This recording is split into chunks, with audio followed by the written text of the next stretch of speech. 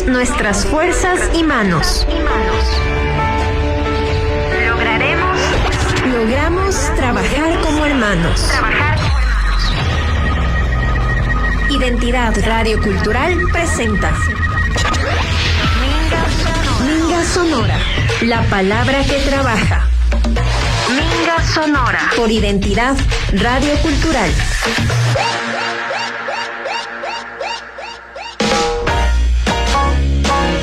Minga Sonora.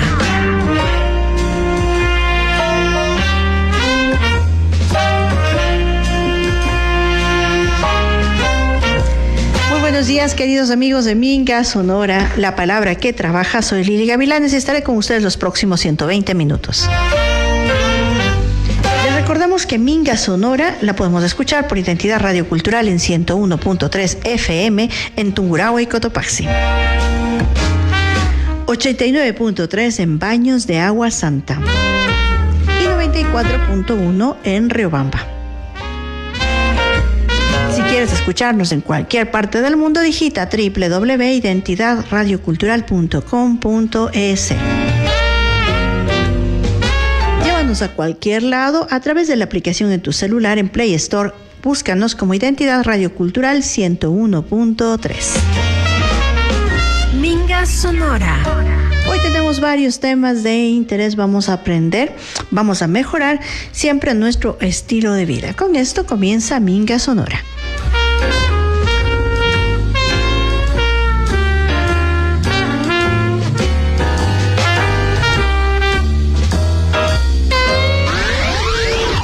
En Identidad solo tenemos voces oficiales. Voces oficiales. Aquí están las voces adecuadas para un consejo médico. Minga Sonora. Y continuamos con nuestra primera entrevista, pero antes la frase del día. Lo más importante en la vida es aprender a dar amor y aceptarlo. ¿Alguna vez les ha pasado a ustedes que ustedes quieren dar amor y a veces no es correspondido? Pero hay personas que te quieren dar amor y tú no lo recibes. Déjate amar y aprende a amar. Bueno, vamos con nuestra primera entrevista. Y algo muy importante que está sucediendo en estos tiempos.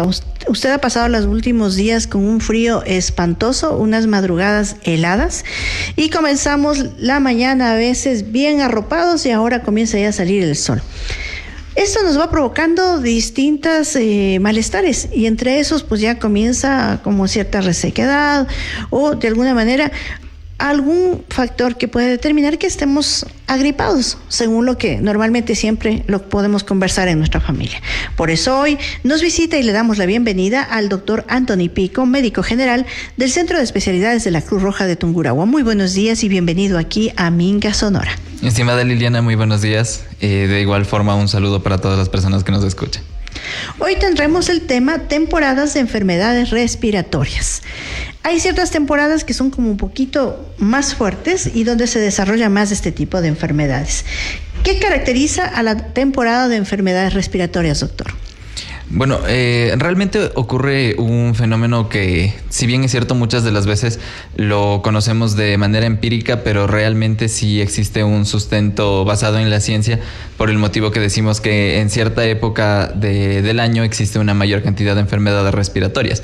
Bueno, este fenómeno del incremento de las enfermedades respiratorias en ciertas épocas del año está principalmente definido por algunos factores. El primero de ellos es la parte climática, haciendo referencia a las temperaturas más bajas y a la humedad ambiental que es mayor, producto de que suelen ocurrir en mayor cantidad también las lluvias o las precipitaciones. Entonces, bueno, ¿por qué este motivo o estas situaciones son motivo para que aumenten la cantidad o la frecuencia de las enfermedades respiratorias?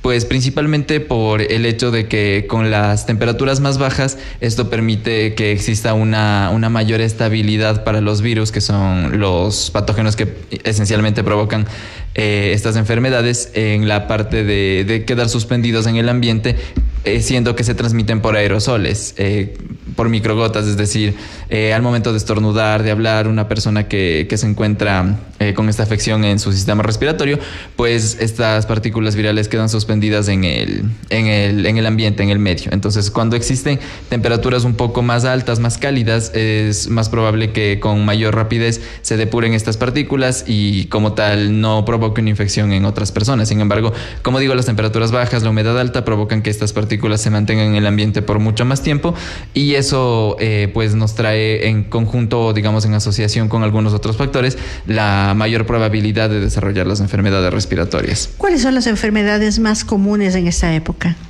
Como tal, nosotros en esta época podemos ver con bastante frecuencia las faringitis agudas de origen viral, las rinofaringitis agudas o el resfriado común que se le conoce, que es el agente principalmente predominante como enfermedad en esta época del año como tal. ¿Cuáles son esos factores para que estas se propaguen más y que podemos de alguna manera prevenir? Sí, es una pregunta bastante interesante, entendiendo que precisamente a partir de conocer cuáles son los factores que predisponen a su propagación, podemos fomentar las medidas de cuidado con las cuales podemos evitar nosotros en esta época enfermarnos con estos padecimientos. Entonces, como tal, y lo que conversábamos ahora hace un momento, va a haber una mayor ventana de tiempo en la que nosotros podemos llegar a adquirir este patógeno viral que provocará la enfermedad. Entonces, ¿cuáles son estos factores que nos predisponen a adquirirlo?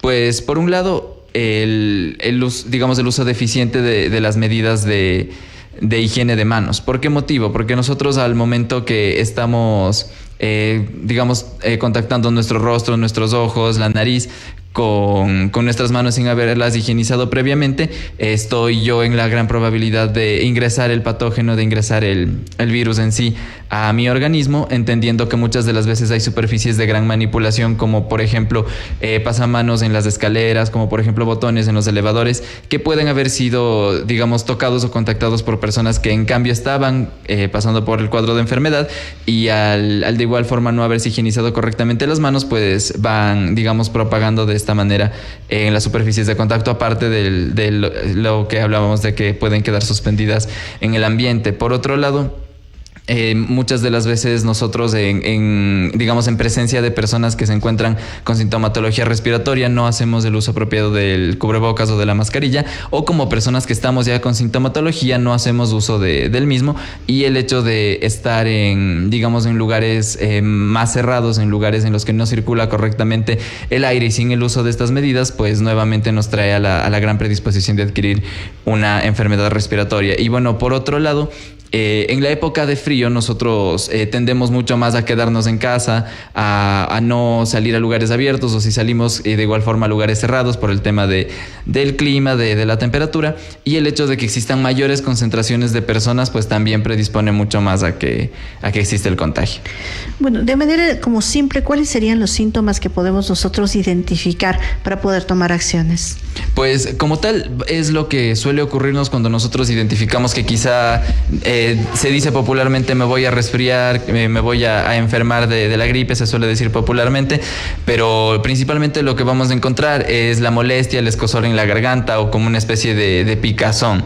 Aparte de eso, vamos a ver que puede existir congestión nasal, la sensación de taponamiento de las fosas nasales, el escurrimiento de la nariz o lo que parecería una secreción, una mucosidad pero muy transparente que sale de la nariz. Puede venir también con algo de malestar general. Lo suelen referir las personas en la consulta como debilidad del cuerpo, e incluso en algunas ocasiones puede también cursar con alzas en la temperatura corporal o febrículas o fiebre. Bueno, es importante poder diferenciar, porque de pronto, como lo dice usted, hay una mucosidad, hay un malestar, pero uno no sabe qué mismo hay. ¿Cómo poder diferenciar entre un resfriado común, de una gripe o una influenza? Bueno, generalmente lo que esencialmente les diferencia es, digamos, una manifestación que puede estar caracterizada por la toma del estado general. ¿A qué me refiero con esto? Es decir, que aparte de tener la congestión nasal, aparte del escurrimiento nasal, aparte del escozor en la garganta, pues como decía en un principio, ya estoy cursando con malestar general, con dolor muscular, con dolor en articulaciones. Sí, entonces ya este tipo de cosas y también importante la fiebre o el alza térmica, porque este tipo de cosas ya nos orientan a que tiene el cuadro potencialmente la probabilidad de no ser un resfriado común, sino de ser una enfermedad respiratoria con algún carácter un poco más de severidad. ¿Ya? ¿En qué momento nosotros debemos decidir realmente ir al médico? Porque de pronto hay personas que dicen, bueno, es un resfriado, me va a pasar, o sea, no quieren tomar ningún medicamento ni ninguna acción. Y a veces esperamos estar muy mal para ir recién al médico. Bueno, si bien es cierto, los resfriados, como comentábamos en principio, la mayoría de las enfermedades respiratorias de esta época son ocasionadas por agentes virales. Muy rara vez hay intervención de algún agente bacteriano, pero como tal, a pesar de que los cuadros virales son autolimitados, es decir, al transcurrir un determinado tiempo, una determinada ventana de tiempo, los patógenos son eliminados del organismo por el sistema inmune y no progresa a más la enfermedad. Sin embargo, en condiciones ideales, siempre que nos encontremos con alguna sintomatología respiratoria, lo ideal sería acudir a ser valorado por un profesional capacitado, precisamente por el hecho de que muchas de las veces y en muchas ocasiones nosotros creemos que solo es un resfriado, que solo es alguna situación mínima, y sin embargo luego por dejar pasar el tiempo y no recibir tratamiento podemos llegarnos a complicar o podemos llegar a desarrollar alguna enfermedad de mayor importancia. Entonces, en realidad el llamado sería a que siempre que mantengamos alguna molestia, alguna sintomatología respiratoria, podamos acudir a ser valorados por un profesional, y pues esto nos descartaría la probabilidad de que sea alguna situación de mayor importancia, y en el caso de que solo sea un resfriado común, pues poder recibir el tratamiento de soporte para evitar, tener todo este malestar de la sintomatología durante todo el tiempo, la ventana de tiempo hasta que este virus como tal desaparece. Claro. Bueno, ¿cuál sería el tema de prevención? Lo importante es prevenir realmente. ¿Cómo podemos prevenir sabiendo que viene esta época, las condiciones del clima, todo? ¿Cómo prevenir? Bueno, en otros países es más fácil porque las estaciones son muy marcadas. Y saben que para la temporada de invierno, claro, tienen que cuidarse más, hay que abrigarse más, sin duda. Pero ¿cómo prevenir aquí en nuestra realidad?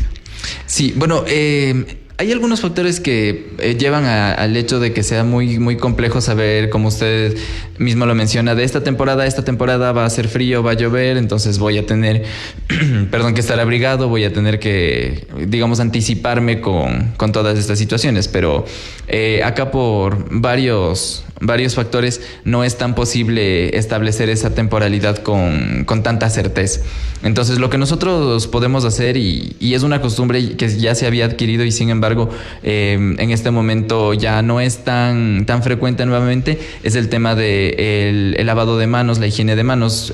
Pues entendiendo todo lo ocurrido durante la pandemia, se hizo un hábito, una costumbre muy marcada en absolutamente todas las personas, la higiene de manos antes de salir de casa, luego de llegar de la calle, al tener contacto con alguna otra persona y demás. Sin embargo, es un hábito, una costumbre que bastante se ha ido perdiendo y que es algo que necesitamos retomar, sobre todo en esta época, por todo lo que hemos conversado. Es así que, hace un momento conversábamos sobre el hecho de que muchas de las veces, o en la gran mayoría de las veces, estos patógenos, estos virus, ingresan a través de la mucosa de los ojos, de la nariz, de nuestra boca, por la propia manipulación de nuestras manos sin haber sido higienizadas previamente con el rostro.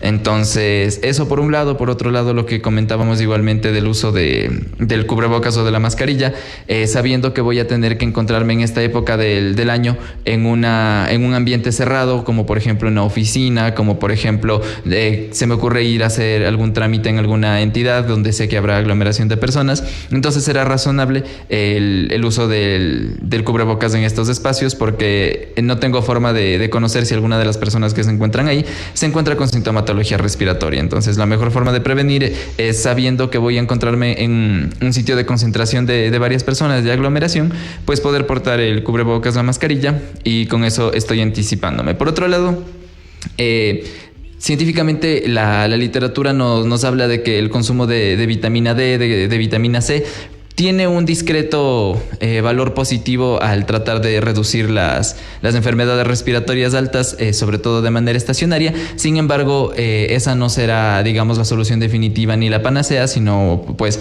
de alguna manera un apoyo a todas las medidas de prevención que se tienen que implementar. Bueno, vamos a hablar sobre los espacios. Bueno, los espacios que se encuentran amplios, ventilados, pues de alguna manera hay un cambio del aire y se va generando. Pero ¿qué hacer cuando los espacios son cerrados y es un lugar, una oficina donde yo no puedo evitar porque estoy trabajando ahí? Bueno, siempre que sea posible, existe la indicación de tratar de ventilar los espacios, abriendo puertas, abriendo ventanas, porque esto favorece mucho, como bien se lo dice, que el aire circule, se recambie y de esa manera se pueda abordar esta problemática. Pero siempre que no sea posible por cualquier factor, digamos, estructural, que no exista ventanas o cualquier situación similar, pues lo mejor que podemos hacer para protegernos, pues sí, es el uso de la mascarilla. De la mascarilla como tal. Bueno, hablamos sobre el tema de las vacunas, la importancia de las vacunas para la influenza, las que recibimos en la época que se tuvo COVID. ¿Cuál es la importancia de vacunarse realmente? Bueno, verdaderamente, más allá de una recomendación, el tema de las ventajas que nos ofrece, digamos, a todas las personas el recibir las inmunizaciones o el tener al día nuestras inmunizaciones es un hecho científico, es un hecho que científicamente se ha comprobado que el impacto de la enfermedad en el caso de que la llegáramos a adquirir habiéndonos vacunado es muchísimo menor. Entendamos una cosa muy importante que muchas de las veces nos llega a confundir o nos lleva a creer que no tienen efectividad las inmunizaciones, y es el hecho de que al yo vacunarme no estoy evitando enfermarme. No es que si yo me vacuno no voy a enfermarme, no me voy a resfriar, no voy a tener influenza, no voy a llegar a tener una infección respiratoria por COVID, sino que yo al momento de estar inmunizado, en la situación que yo llegue a adquirir la enfermedad, se va a manifestar de manera mucho más leve. Sí, la sintomatología va a ser mucho menor, la probabilidad de tener complicaciones más graves va a ser mucho menor. Por lo tanto, al momento de yo tener, digamos, vigente mis inmunizaciones, mi esquema de vacunación, estoy potencialmente evitando complicarme en el caso de que llegue a enfermarme, estoy evitando tener una sintomatología muy marcada en el caso de que me llegue a enfermar, pero no estoy eliminando la probabilidad de enfermarme. Entonces, tenemos que entender que yo al vacunarme no busco no enfermarme, sino busco que en el caso de que lo hiciera no pueda llegar a complicarme y como tal no ponga en riesgo de manera importante mi vida. Es decir, que no sea tan fuerte. Exactamente. Y a veces siempre hay un poco ese mito, ¿no? De que yo me vacuno y me voy a resfriar. Me resfrío y me da ojalá peor que lo que podría haberme dado. Y realmente no es así. O sea, la vacuna es necesaria como ese escudo que le va a fortalecer, pero no le va a evitar. O sea, todo va a tener, pero menos eso. ¿Quiénes tienen mayor riesgo de sufrir complicaciones respiratorias? Realmente tenemos que tomar en consideración que los niños menores de 5 años, que los adultos mayores, que las personas que por alguna condición de salud se encuentren inmunodeprimidas tienen mucho más probabilidad de que un resfriado común y corriente pueda llegar a convertirse en un cuadro de neumonía y demás y traer ya complicaciones que incluso pueden poner en riesgo la vida. Entonces, por este hecho, nosotros debemos tener aún más precaución o ser mucho más cuidadosos con nuestros niños, con nuestros adultos mayores, con personas que por distintos tipos de enfermedades o padecimientos como las enfermedades autoinmunes tienen su sistema inmunitario un poco, digamos, reprimido, un poco deprimido. Y de esa manera nosotros tenemos que, digamos, en todo caso mantener conciencia de que existen grupos de personas para las que el hecho de tener un resfriado puede pasar a mucho más que solo un resfriado, y por eso es el hecho de, incluso yo siendo una persona inmunocompetente y siendo una persona que solo me voy a resfriar una semana y demás, también tenga la conciencia de si estoy con sintomatología voy a utilizar mi mascarilla, porque hay personas en los sitios a los que yo voy a ir, los lugares que yo voy a frecuentar, para los que no será un simple resfriado si llegan a enfermarse. Y eso es cierto. ¿Qué hacer con las personas que tienen enfermedades que son crónicas? ¿Cómo ayudarles? Porque tal vez son más propensas. Bueno, en realidad las recomendaciones son las mismas, solo que tendremos que ultimar mucho más la precisión con la que tenemos estos cuidados. Sí, porque realmente no existe una forma 100% efectiva en la que podemos decir una persona no va a contraer una enfermedad respiratoria de ninguna manera, porque pues las posibilidades son muy amplias por todos los factores de riesgo que hemos conversado y existen. Sin embargo, el poder ultimar mucho los cuidados, el poder ser muy, muy cautelosos con todas las medidas de prevención que se difunden y que se conocen, pues marca la diferencia, entendiendo que mucho más en estos grupos de personas que se encuentran con una condición de mayor predisposición de adquirir la enfermedad, debemos ser bastante enfáticos con la vacunación. Así es. Bueno, vamos a una realidad, digamos, local, provincial, nacional, internacional. El tema de automedicarse. Mucho escuchamos durante esta época que hay fríos, que más tendencia de enfermedades respiratorias, que se promocionan en los medios ciertos medicamentos que para el dolor, para el resfrío, para que, qué sé yo, un antialérgico, que de pronto, como dice la propaganda, te lo tomas y se ha retirado todo. Y hay personas que van realmente a las farmacias y logran conseguir, porque si bien es cierto, lo venden, hay cosas que se venden con recetas, hay otras cosas que no. Y la gente lo puede comprar con facilidad. ¿Qué decirle a las personas que se automedican? Porque ya estoy un poco, qué sé yo, resfriado, o tengo tapada la nariz, ya me lloran los ojos, entonces me voy y me compro el antigripal. Y yo mismo me medico y digo, son cada 8, cada 6 horas, veo de acuerdo a la cantidad, 600 me voy cada 12 horas. ¿Qué hacer frente a eso? Porque a veces eso es lo común. Tal vez la gente no tiene costumbre de ir al médico, pero también hay un factor económico, lo que desencadena todo esto. Bueno, hay que tomar en consideración principalmente dos cosas. Lo primero, que existen medicamentos que, como lo mencionas, si bien es cierto, son de venta libre, también existen medicamentos que deberían ser expendidos solamente bajo receta médica. Y por otro lado, el cómo vamos a tomar finalmente esos medicamentos de venta libre. Porque, bueno, entendamos que lamentablemente los medicamentos que solo deben ser expendidos bajo receta médica no son expendidos solo bajo receta médica, sino que se venden de igual manera que un medicamento de venta libre. Y eso, pues, en realidad sí puede llegar a representar un problema o una dificultad.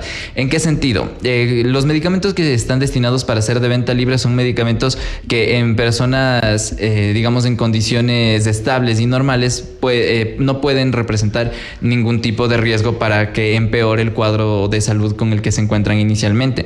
Sí, sin embargo, al nosotros estar accediendo a medicamentos que deberían expenderse bajo solo receta médica, pues estamos corriendo el riesgo de complicar el tratamiento posterior. Me refiero a que, por ejemplo, es de venta libre los antitérmicos, los medicamentos para la fiebre, son de venta libre los descongestionantes nasales, o cuando vienen formulados juntos en una tableta o en un sobre, vienen formulados como antigripales y son de venta libre. Y si bien es cierto, van a ayudarnos con la sintomatología, pues depende también cómo los tomemos. En el sentido de, justo es lo que usted mencionaba. No sabemos si tomarlos 2, 3 veces, 4 veces al día, una sola vez al día, y muchas de las veces escalamos demasiado la dosis o en otras ocasiones pues la dejamos en un nivel muy bajo y no nos va a surtir el efecto que buscamos.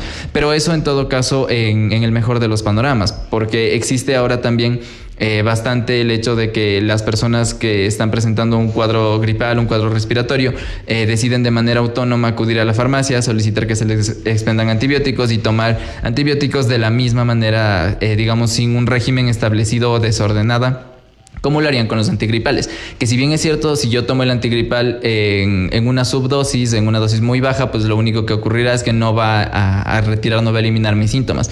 Pero en el caso de que yo tome los antibióticos de manera desordenada, sin un sistema, un régimen establecido, pues estoy finalmente cayendo en la probabilidad de tener a posterior complicaciones de resistencia bacteriana.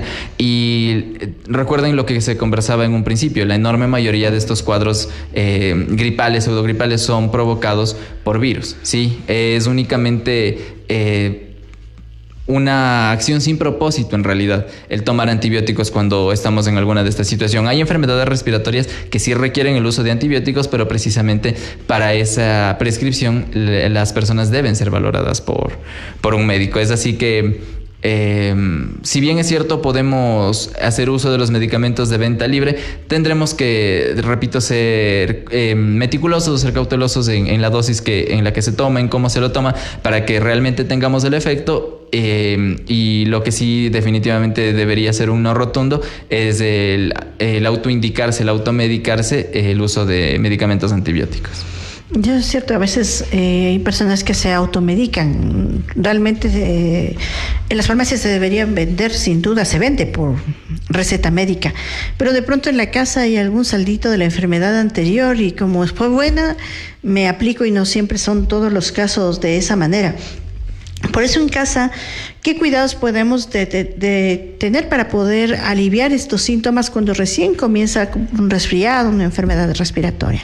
Las mejores medidas no farmacológicas que nosotros podemos tomar para ayudarnos con todos estos síntomas del escurrimiento nasal, de la congestión y todo lo que hemos conversado acá es principalmente el consumo de abundantes líquidos. Los líquidos en abundante cantidad nos van a ayudar mucho a ir disminuyendo la manifestación de estos síntomas. Y estos líquidos de preferencia tendrán que ser tibios o calientes, porque eso nos va a ayudar a descongestionar las vías respiratorias. Si nosotros estando ya con una congestión nasal establecida consumimos alimentos líquidos que estén fríos, que estén helados, pues ahí vamos a sentir con mayor intensidad los síntomas. Aparte de esto, algo que puede servir mucho para aliviar los síntomas de congestión nasal, del escurrimiento, son los lavados nasales con solución salina que nosotros podemos perfectamente realizarnos en casa.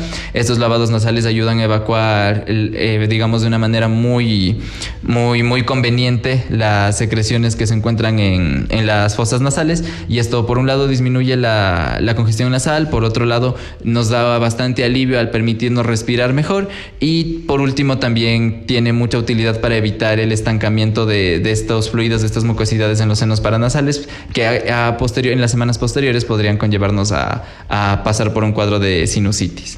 Bueno, es importante estar hidratado solamente con agua o algún tipo de suero. ¿Cuál es la sugerencia? Bueno, en el caso de las enfermedades respiratorias no vamos a dirigirnos en específico a, por ejemplo, el uso de las sales de rehidratación oral o los sueros orales que se les conoce, entendiendo que nosotros al momento de pasar por un cuadro respiratorio no estamos especialmente quedando deshidratados por una pérdida cuantiosa de líquidos, como si pasa con por ejemplo, las enfermedades gastrointestinales, que yo con repetidos episodios de vómito, de diarrea, pues me deshidrato y voy a necesitar una solución que contenga glucosa, electrolitos y demás para poder reponer todo lo que yo he perdido a través del vómito, a través de la diarrea. Pero en el caso de las infecciones respiratorias no existe como tal una indicación específica del uso de las sales de rehidratación oral, sino más bien podemos hacer uso o consumir cualquier líquido caliente, sean infusiones, sean tés, sea cualquier tipo de líquido, como les digo, que será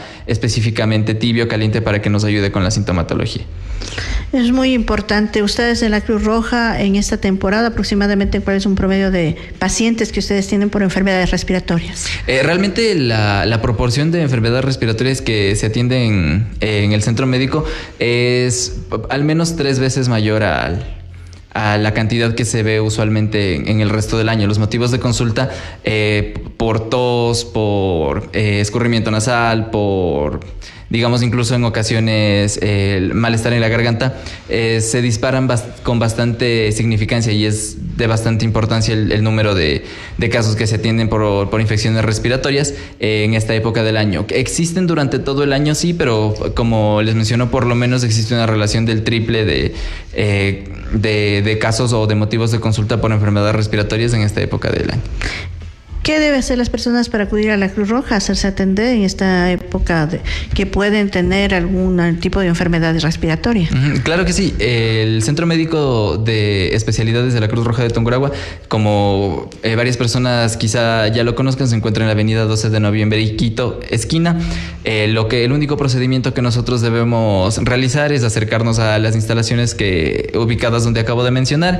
En la planta baja, solicitar información sobre la consulta médica, médica, cancelar el valor correspondiente y luego ya se procederá con la toma de signos vitales y la posterior atención del paciente para que pueda recibir la valoración necesaria y se le pueda prescribir el tratamiento que requiere.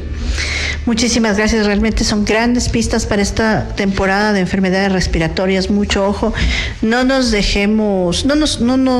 confiemos en que tal vez es una simple gripe. Si podemos hacernos revisar, que nos hagan una valoración, es súper importante.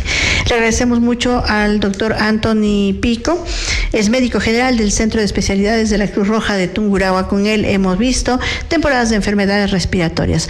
A cuidarnos a pesar de que esté el frío, todo, estamos llamados a cuidarnos por nuestro bienestar. Muchísimas gracias, doctor. Muchas gracias, siempre es un gusto acompañarlos en este espacio.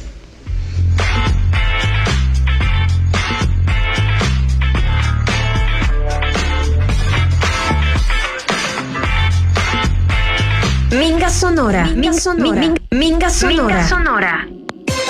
¿Sabías que la mayoría de incendios forestales en Tungurahua no los provoca la naturaleza, sino las personas? Una colilla encendida, una quema agrícola o basura tirada en el páramo pueden convertir la montaña en fuego. Cuando el bosque arde, perdemos agua, aire limpio, animales, cultivos y se pone en riesgo la vida de comunidades enteras. Y no es solo una irresponsabilidad, es un delito. El artículo 246 del COIP sanciona a quienes provocan incendios que dañan nuestros ecosistemas. Si ves humo o fuego, llama al 911. Y si sabes quién lo ocasionó, denúncialo. Tu denuncia también apaga el fuego. Es un mensaje del Gobierno Provincial de Tungurahua y la Secretaría Nacional de Riesgos. Prevenir incendios forestales es proteger la vida.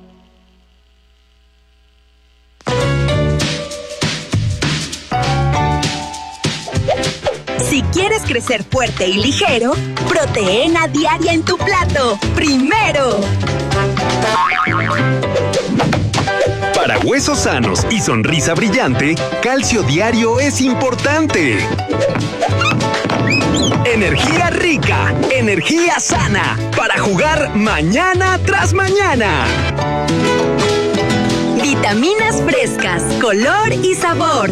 Defiendo tu cuerpo con mucho amor. Antioxidantes en cada porción, para crecer con buena nutrición. Pequeña semilla, gran poder. Energía limpia para aprender. Fibra y nutrientes en combinación. Equilibrio real en tu alimentación. Hierro que impulsa tu vitalidad, fuerza y salud de verdad. Proteína buena para crecer mejor, con calidad y con sabor. Comer variado es la mejor decisión. Juntos construimos buena nutrición.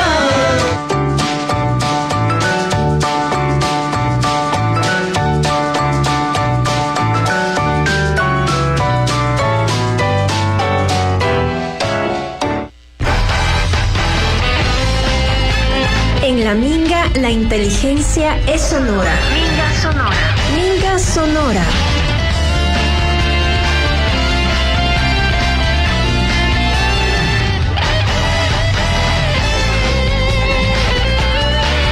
La palabra que nos da identidad.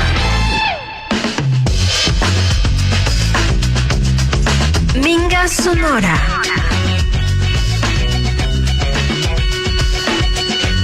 Y seguimos aquí en Minga Sonora, la palabra que trabaja. No me interesa el pasado, me interesa el futuro, porque ahí es donde espero pasar el resto de mi vida. A veces pasamos luchando una batalla mortal con el pasado, cuando nos olvidamos de vivir el presente y de ir procreando el futuro. Hoy tenemos un tema súper interesante y sin duda, pues, tome apunte, porque hoy vamos a tratar sobre las últimas reformas tributarias. Le damos la bienvenida al doctor Remigio Medina, de Medina Asociados, asesores tributarios. Muy buenos días, bienvenido aquí a Minga Sonora. Muchas gracias, muy contento de estar en esta prestigiosa emisora. Muchas gracias. ¿Qué se entiende por la reforma tributaria? ¿Por qué es necesario aquí en nuestro país? Bueno, la tributación en sí es una de las materias que más cambios tiene.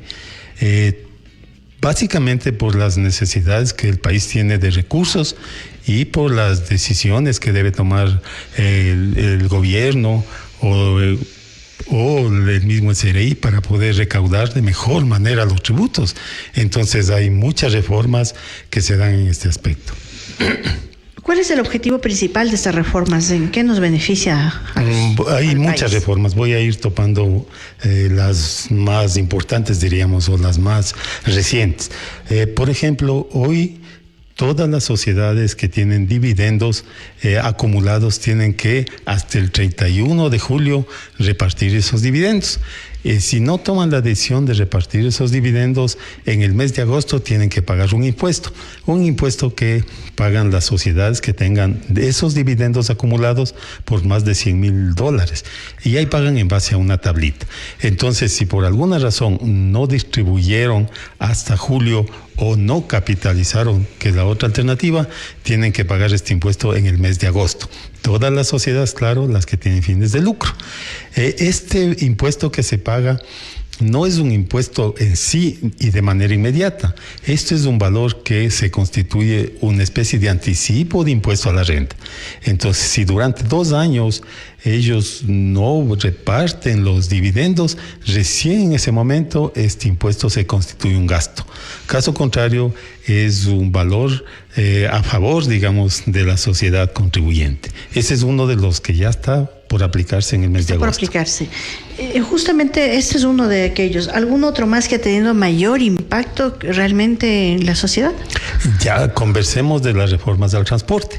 Desde el 13 prácticamente de este mes hay un cambio fundamental en las empresas de transporte, porque por ejemplo, si antes yo era socio de una cooperativa y tenía mi camioneta trabajando en esa cooperativa, por ejemplo, yo podía facturar directamente a mi cliente. Entonces, si hacía una carrera con mi camioneta y el cliente me decía, deme la factura, y yo tenía que, como socio, darle la factura.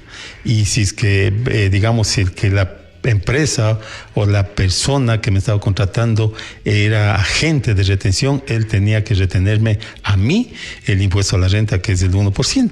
Pero desde esta reforma que se da el 13 de julio, ya no puedo yo como socio facturar a mi cliente. Y quien debe facturar es la cooperativa. Y yo como socio le facturo a la cooperativa para que me pague el valor que yo, por el servicio que yo presté a mi cliente y que antes me pagaba directamente. En algunos transportes tienen implementado eso desde antes del 13 de julio. He visto yo un transporte interprovincial, básicamente. O sea, al final del mes creo que generan 1 o 2 facturas sobre la totalidad de lo que se le ha ido asignando, digamos, número de pasajeros o encomiendas o cosas de estas. Pero todas estas reformas, ¿cómo impacta también a las personas naturales y quienes trabajan bajo esa relación de dependencia? Ya, el transporte habría que clasificarle de algunas formas, ¿no? Por ejemplo, ahorita yo he empezado a conversar de las camionetas, claro, que es el cambio más importante. Lo que es el transporte, en este caso de transporte liviano, las camionetas, las empresas de turismo, las empresas que antes, por ejemplo, trasladaban a los niños y que ahora trasladan también, pero ya ha cambiado su sistema de cobro. Entonces, por ejemplo, si yo tenía una buseta y yo era el dueño de la buseta, me pagaba directamente o la institución educativa o el padre de familia me pagaba a mí. Ahora ya no me tiene que pagar a mí, tiene que pagarle a la cooperativa. Ahora, claro, eso sí tiene bastante implicación, porque yo antes como socio cogía directamente el dinero, en cambio ahora ese dinero va a darse la vuelta a través de la cooperativa, que es la que me va a dar cobrando, digamos, a mí como socio. Eso implica lógicamente un retraso en el dinero que yo como dueño del transporte y yo necesito. Pero ya no va a venir de manera inmediata ese dinero a mi persona, sino va a venir a través de la cooperativa. Pero ¿qué logra el SRI con eso? Logra tener más control. Ese es el objetivo, más control. Poder saber sobre los ingresos reales. Esto respecto al transporte liviano, de camionetas, transporte escolar y, como decía, también transporte de turismo. Otro transporte es el de los taxis, por ejemplo. Ellos no han cambiado. Ellos se mantienen en lo que es RIMPE. El RIMPE es un tratamiento tributario especial Básicamente los señores que están en un taxi son RIMPE popular. Ellos tienen la obligación de emitir al menos una factura al mes que resuma los ingresos que ha tenido. En el caso de los señores que tienen un taxi. Ya. Un trato similar también son los señores que tienen un bus de transporte, por ejemplo, urbano o de transporte interparroquial. Es diferente al transporte ya que es interprovincial, como por ejemplo de Quito a Cuenca o de Ambato a Cuenca. Claro. En el caso si yo tengo un bus urbano, igual mi obligación es emitir al menos una factura, resumen, por el mes de los ingresos que yo he recibido. Pero en cambio, si yo tengo un transporte que va de Ambato a Loja, por decir, ¿quién factura eso? La cooperativa. Ya no puede facturar el socio, el dueño del bus. Eso es muy interesante. Las reformas, ¿cómo afectan a las personas naturales o a quienes están bajo dependencia? Bueno, a los que están bajo relación de dependencia, últimamente no ha habido reformas. Que me refiero últimamente, por ejemplo, a los últimos meses, pero también eso ha ido cambiando muchísimo. Una persona que está en relación de dependencia, por ejemplo, tiene su sueldo que vamos a suponer que sea $1,000, ¿ya? Si tiene $1,000 de sueldo y pague el aporte al seguro, para hacerle fácil, vamos a suponer que sea $100, ¿ya? Entonces, ¿cuál es el ingreso gravable? El ingreso que una persona en relación de dependencia debe, sobre el ingreso que en relación de dependencia debería pagar impuesto a la renta, es 900 al mes. Si multiplicamos 900 por 12, nos va a dar aproximadamente... hablemos de que unos 11,000. Entonces no paga impuesto, porque el impuesto se paga para hacerle fácil los números no exactos, cuando se gana más de 12,000 como base imponible. Recién hay una persona en relación de dependencia pagaría impuesto, pero él tiene una ventaja, que todo lo que él haga como gastos personales igual le sirve para bajar el impuesto a la renta. Entonces ahí va en relación a una tablita. Si yo no tengo cargas, por ejemplo, hago los gastos de salud, de vestimenta, de alimentación, y todos esos gastos me sirven para bajar el impuesto a la renta. Tenemos una tablita. Si no tengo cargas, posiblemente me gaste $6,000 en alimentación, en vestimenta. Eso tampoco paga impuesto a la renta. Entonces, para hacerlo igual muy sencillo en números, una persona que no tiene cargas recién empezaría a pagar impuesto a la renta cuando sus ingresos imponibles, es decir, el sueldo menos el aporte al seguro, menos los gastos personales, superen los $20,000 al año. Interesante. Las personas que tienen discapacidad, por ejemplo, que hacen su declaración anual de la renta, ¿cómo es el tratamiento? Las personas que tienen discapacidad, igual que las personas de la tercera edad, tienen algunos beneficios. Desde el punto de vista tributario, por ejemplo, hablemos del IVA.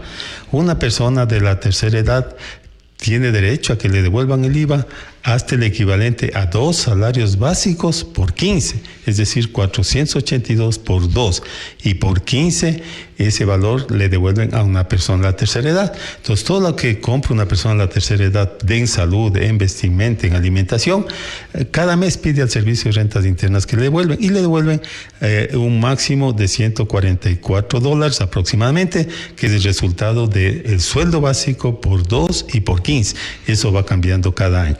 Eso le devuelven del IVA a una persona de la tercera edad, es decir, que pase de 65 años. A la persona con discapacidad igual le devuelven, pero le devuelven en base al porcentaje de discapacidad, pasado el 30%. Si tiene 30%, tiene una devolución porcentual. Y conforme va aumentando el porcentaje de discapacidad, igual ellos tienen derecho a esa devolución. Respecto al impuesto a la renta, hace un momentito yo les decía que una persona natural que trabaja en relación de dependencia paga impuesto a la renta cuando aproximadamente pase los 20,000. Si es de la tercera edad, tendríamos que aumentarle una fracción básica y pagaría impuesto a la renta cuando recién supere los 32,000. Y en el caso de la tercera edad, igual, está exento normalmente hasta 20,000, pero de acuerdo al grado de discapacidad se va aumentando esa exoneración.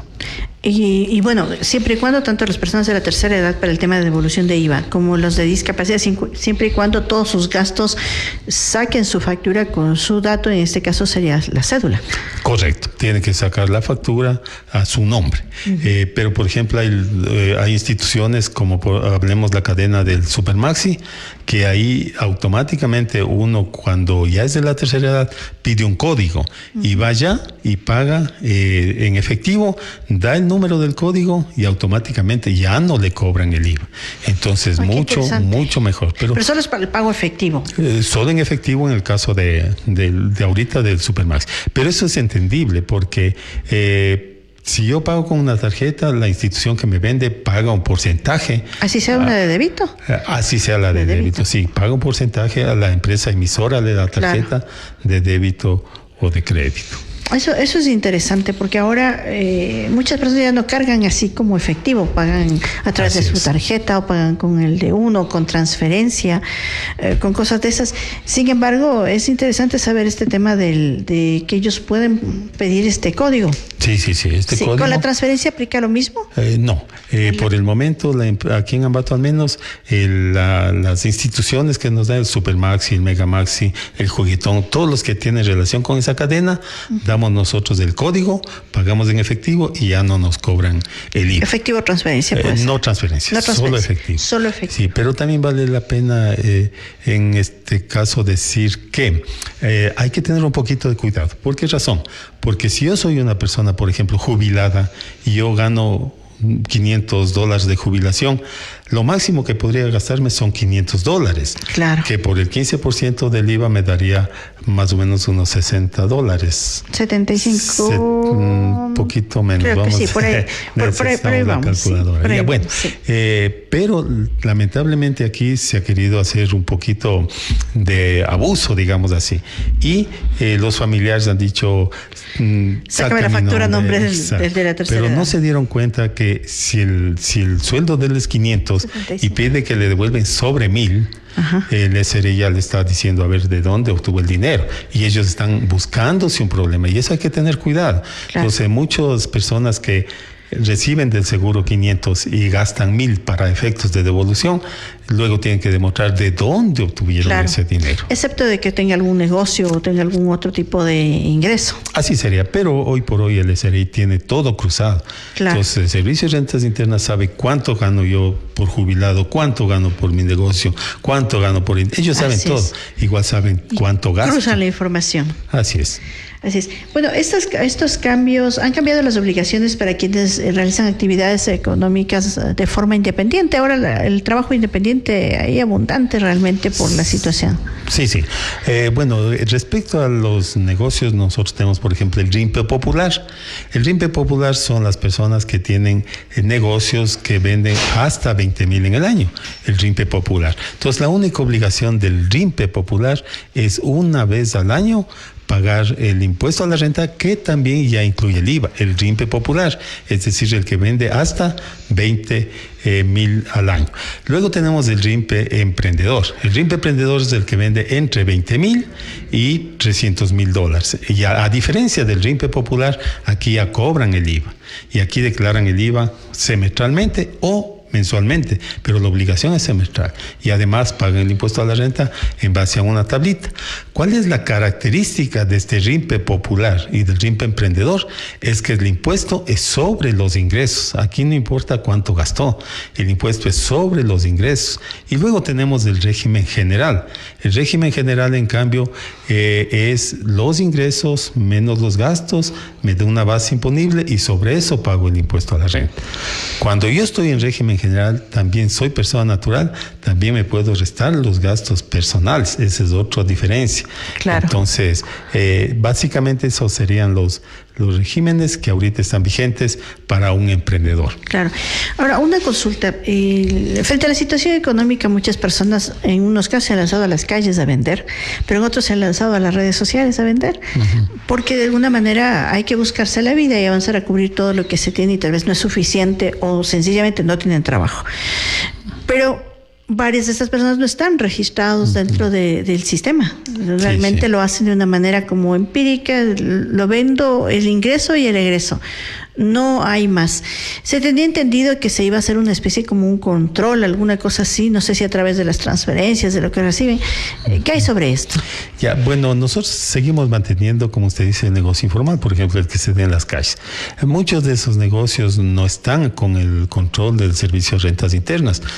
Pero el control del servicio de rentas internas no solo llega a la actividad de ventas y compras, el control llega a lo que es, por ejemplo, movimientos bancarios. Entonces una persona puede tener un trabajo informal, pero está depositando, por decirle algo, $30,000 al año, sin siquiera tener RUC, porque el negocio de él es informal. Entonces el SRI tiene esa información y en algún momento le va a decir de dónde obtuvo estos 30,000, y ahí va a haber inconvenientes. Entonces el negocio informal se mantiene, en parte está fuera del control del SRI, pero si esos dineros van a alguna institución financiera, automáticamente ya está con información en el SRI. ¿En algún momento el SRI le puede hacer esa consulta? Sí, cómo no, porque el servicio de rentas internas tiene toda la información. Entonces, cuando yo trabajo en relación de dependencia, ¿quién informa mis ingresos? Es, en este caso, mi empresa, ¿cierto? Si yo trabajo de manera informal y deposito, ¿quién informa mis ingresos? Es la institución financiera. Si yo trabajo formalmente y facturo, todo lo que yo facturo, y en el instante en que facturo, no hay plazo, sino que es en el instante, igual tiene la información el servicio de rentas internas. Cuando yo me compro un bien inmueble, quien reporta que yo me he comprado es, en este caso, el notario. Si yo me compro un vehículo, es obligación de la empresa que vende vehículos informar que yo me he comprado el vehículo. Entonces el servicio de rentas internas tiene toda la información de lo que yo gano, de lo que yo gasto. Si yo me voy al Megamaxi, ¿quién informa cuánto he comprado? El Megamaxi, a través de la misma facturación. Entonces todo está absolutamente controlado. ¿Y cuando se recibe bienes por herencia? Cuando usted o nosotros recibimos bienes por herencia, en ese caso tenemos que pagar un impuesto. El impuesto se paga en base a una tablita que va desde el 5%. Pero el impuesto a las herencias, cuando es primer grado de consanguinidad, es decir, entre padre e hijo o hijo a padre, porque también puede darse ese caso, ahí se baja el impuesto a la mitad. Entonces, el Servicio de Rentas Internas tiene conocimiento de que si una persona falleció, hagámosle de una vez un pequeño resumen. Cuando una persona fallece, los herederos tienen que hacer la posesión efectiva. Así es. Para hacer la posesión efectiva no hay un tiempo límite. Puede hacer en 5 años, puede hacer en una semana la posesión efectiva. Pero desde que hacen la posesión efectiva, ahí sí corren 6 meses hasta que presenten el impuesto a las herencias. Entonces, muchas personas pueden recibir herencias de menos de 78,000 aproximadamente. Hacen la parte legal, que es el formulario 108 que se le conoce, y ya no tienen problema. Justifican esos ingresos. Ya. Eso es importante saber, porque en un momento dado de pronto puede heredar hasta sin pensarlo. Así es. Y solamente se queda en la figura de heredar hasta la posesión efectiva. Exacto. Y no se actualiza, por ejemplo, los datos en el tema de catastro. Pero si las personas han llegado solamente hasta esa, digamos, llegaron a la posesión efectiva, no han actualizado, el bien, al no actualizar, sigue apareciendo como la persona fallecida. ¿Qué sucede en estos casos? Cuando una persona hace la posesión efectiva, el trámite concluye con la transferencia de dominio en el municipio y con el registro de esta transferencia en el registro de la propiedad.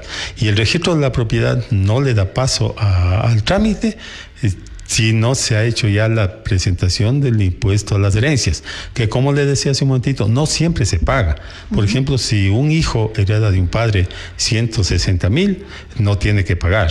Pero la gente a veces no conoce, se asusta y no quiere hacer este trámite. Entonces, tengamos presentes de que si un heredero recibe hasta 160,000, no tiene que pagar ningún impuesto.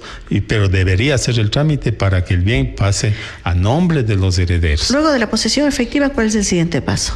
Hace la posesión efectiva, y en ese momento, para que se legalice el trámite de la posesión efectiva, tiene que hacerse la transferencia de dominio del bien inmueble. Ya. Eso se hace a través de una notaría. En el municipio se cambia el nombre del... ¿Esa es la actualización que hablan? Podría decirse que es una actualización en el municipio, en catastros. Pero sí, las dos cosas, ¿no? Actualiza, pero hace la transferencia. Y luego con la transferencia que ya pasa en el municipio de un nombre a otro a través de la escritura pública, se hace la legalización definitiva, que es en el registro de la propiedad.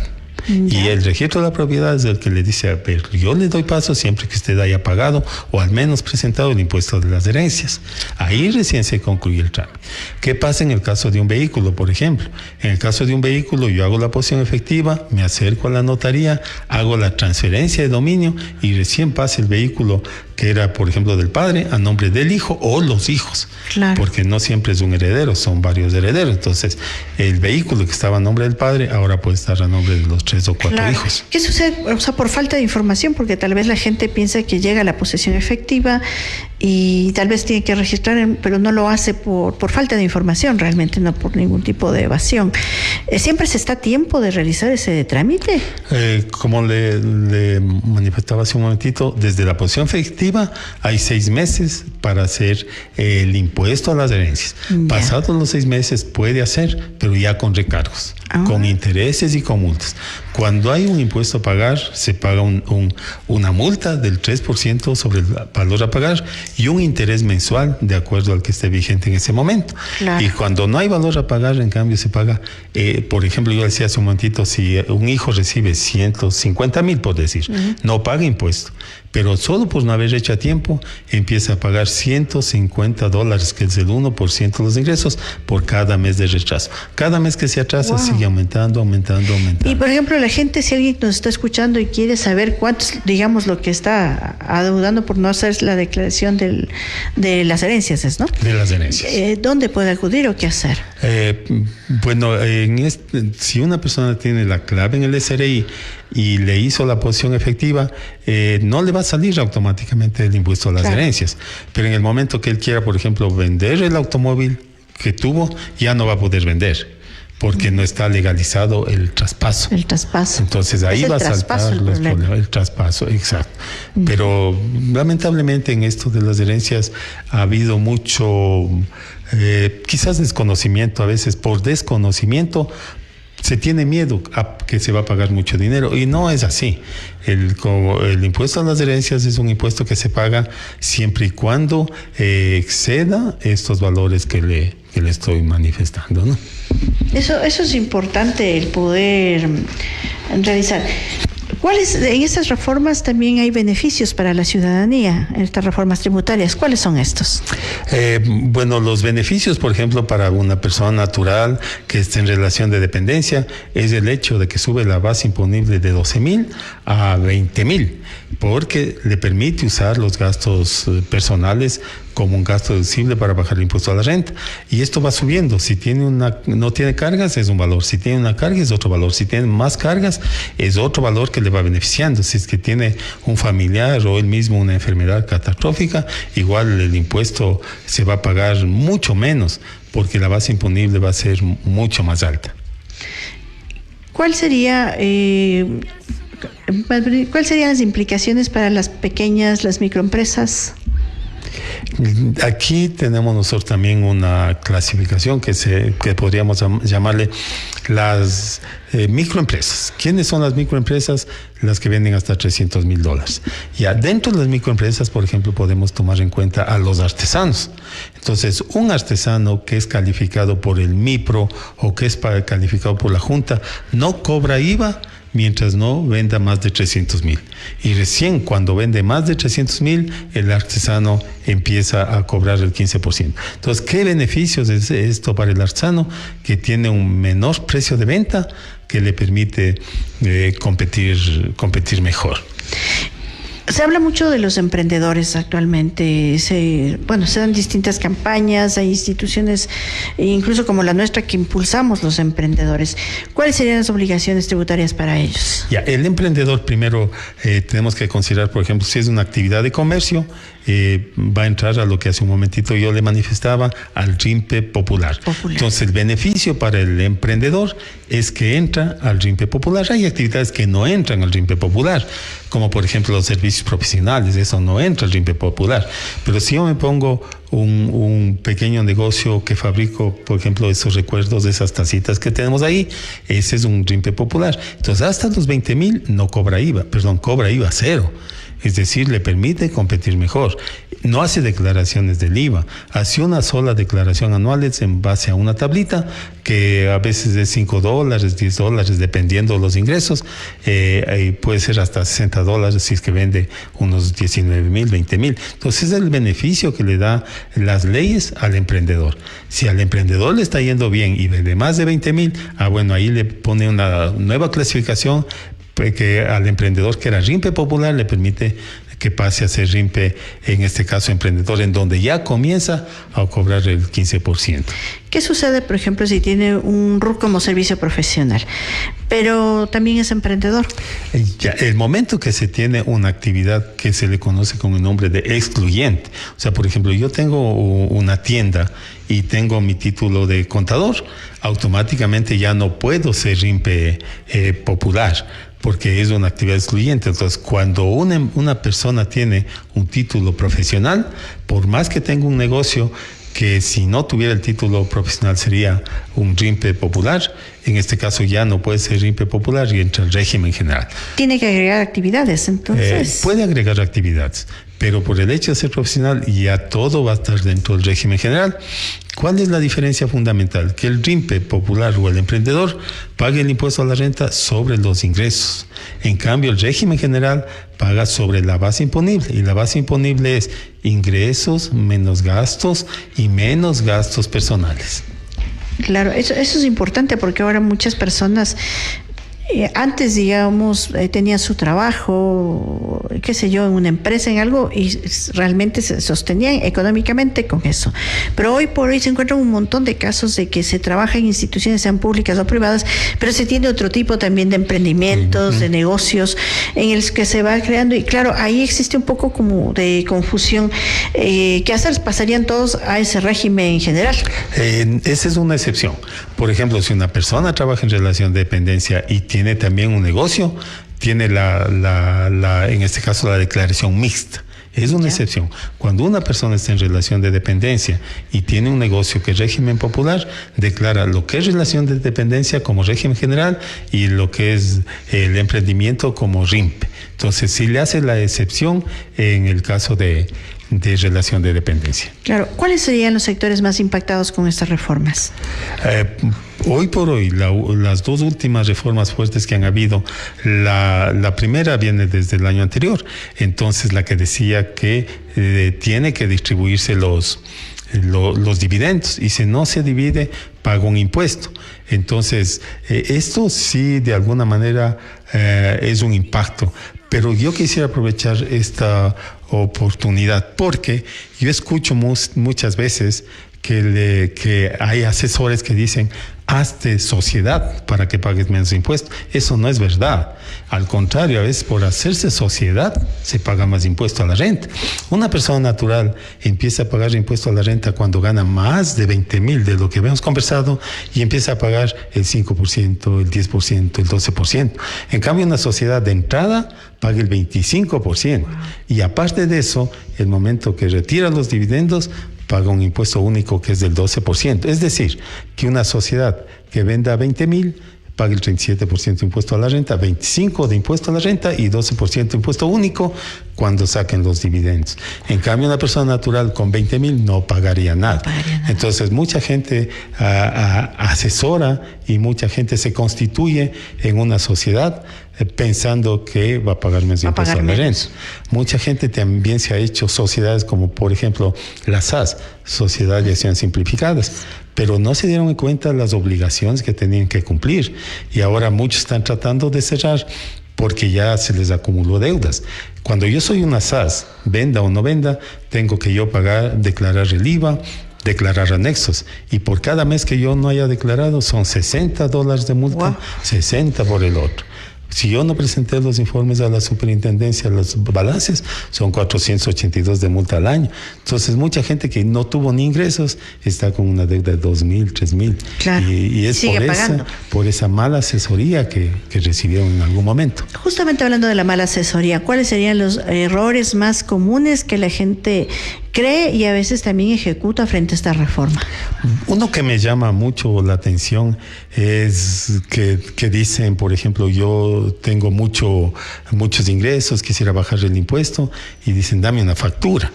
Y piensan que porque dieron la factura, porque pagaron la factura, porque se hizo la retención, y ya está el gasto justificado, y no es así. El Código Tributario, las sentencias judiciales, la misma ley dice que tiene que ser el hecho real. Por ejemplo, si yo le contrato a un profesional que me haga publicidad, tiene que haber la demostración que él presentó un informe y se publicitó en tal parte. Tiene que haber justificación, evidencia. Ese es uno de los más comunes. Muchas cosas que se pasan de largo. O sea, es decir, se contrata, se tiene servicio, a veces factura, otras veces no. Y eso es un problema. El tema mismo del informe, el tener la evidencia es como, no complicado, pero es complicado cuando no se lo pide. Así es. Otra situación que es bastante preocupante es un hecho que está de alguna manera ya disminuyendo. Por ejemplo, yo vendo la casa en 200,000. Pero dicen, voy a pagar mucho impuesto, hagamos la escritura por 100,000. Ese es el peor error que se comete. El que vende no puede justificar de dónde vino los otros 100,000. Claro. Y si hay una revisión, el Servicio de Rentas Internas va a decir, esto es un enriquecimiento ilícito, es lavado de activos, puede haber un proceso penal. O de no, le tocará pagar el IVA y el impuesto a la renta, que va a salir un 40% más o menos de esos 100,000. Y el que pagó igual no puede justificar de cómo tiene una casa de un valor más alto que el que consta en la escritura. Entonces, mi recomendación es que si usted vende un bien en 200,000, hágale que conste en la escritura 200,000. Le conviene de lado y lado. ¿Por qué no ponen ese valor? Porque dicen, voy a pagar mucho impuesto. Pero es mejor pagar y estar tranquilo. Claro, que ser sancionado. Y justamente vamos al tema de sanciones. ¿Qué sanciones realmente pueden tener estas personas que incumplen con nuestras reformas tributarias? Bueno, las sanciones, digamos, empiezan desde lo más básico, las multas y los intereses. ¿Sí? Las multas y los intereses, que normalmente son el 3% del impuesto causado y el interés que está vigente. También hay multas cuando no hay impuesto causado. Ahí las multas van sobre los ingresos. Pero luego también entran procesos que vienen hasta la incautación. Pero el más complicado es el proceso penal. ¿Cuándo se da un proceso penal? Cuando, por ejemplo, hay una adquisición, a lo que antes se llamaba empresas fantasmas, que hoy están disminuyendo bastante la existencia, pero muchas personas tienen la factura, tienen el pago, tienen la retención, como yo les decía, pero no existe la evidencia del trabajo realizado. Y eso es un fraude. Entonces, el momento que entra un fraude, entra una acción penal. Y ahí la situación es bien compleja. Claro, realmente es todo un desafío esta reforma tributaria. Para finalizar, ¿cuál sería el mayor desafío que va a provocar durante este año tanto a las personas naturales como a las empresas? Ventajosamente, las sociedades ya conocen cómo deben actuar y ellos están analizando y están muy preparados de lo que yo he podido ver. Entonces ellos están analizando bien, ¿me conviene a mí distribuir los dividendos y cada socio pagaría un 12% de impuesto único, o me conviene capitalizar? Entonces esas son las alternativas que están manejando las instituciones. El otro problema, ahorita estamos en el sector transporte. Entonces, si yo tenía una camioneta o tenía el transporte escolar, antes tenía mi dinero en ese momento que daba el servicio, ahora ese va a pasar por las cooperativas. Entonces, hoy hay plazos que debemos cumplir. Por ejemplo, hay muchos socios que no actualizaron que pertenecen a tal cooperativa. Ellos tienen 30 días para actualizar esa información. Aquí también se está confundiendo.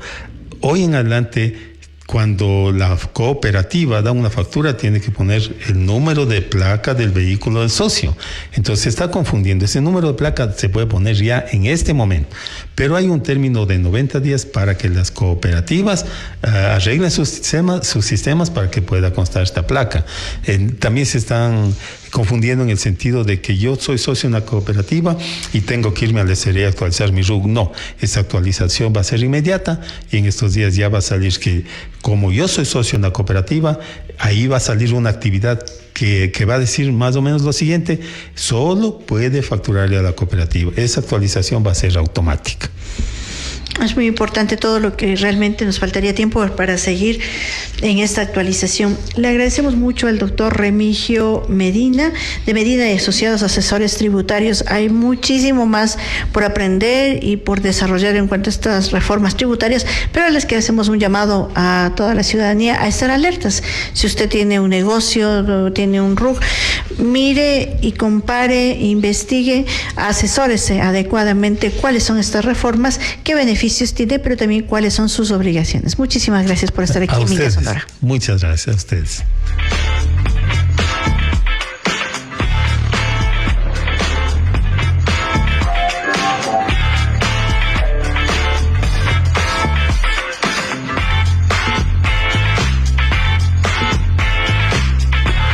Minga Sonora. Minga Sonora. Minga Sonora. Sonora. Acérquense, que les voy a contar una historia. Mi abuelo dice que Tungurahua es un gigante que despierta y estoy pintando el camino para conocerlo todo. Para que todos tengamos agua, cuidemos nuestros páramos. Es donde comienza la vida de nuestra provincia. Con la represa Chiquicahua, el campo nunca tendrá sed. Es como guardar un tesoro para todos nosotros, para que siempre tengamos comida. Ahora ya no se desperdicia ni una sola gota. Ahora con el riego tecnificado, nuestras frutas y verduras crecen más fuertes. Ahora llegar a la escuela o que nuestros papás vendan sus productos es más fácil. Las vías asfaltadas son como venas que dan vida a nuestra provincia. Y miren, la vía Ambato pasa el corazón, ya no es un sueño, es la puerta para darnos la mano con nuestros hermanos de la costa. Y lo mejor de todo es que el mundo ya sabe lo valioso que somos. Somos Geoparque Mundial de la UNESCO. Cuidemos nuestra tierra porque es única en el planeta. En el 2025, Tungurahua no solamente hizo obras, también estamos construyendo el lugar donde que queremos crecer y estamos cumpliendo.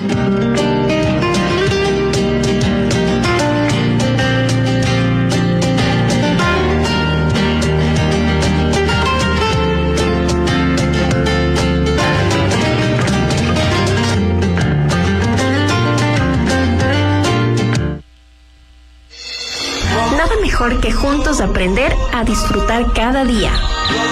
Los detalles que hacen este día inolvidable. Inolvidable. Porque la vida es hoy. Es tiempo de disfrutar una vida a plenitud.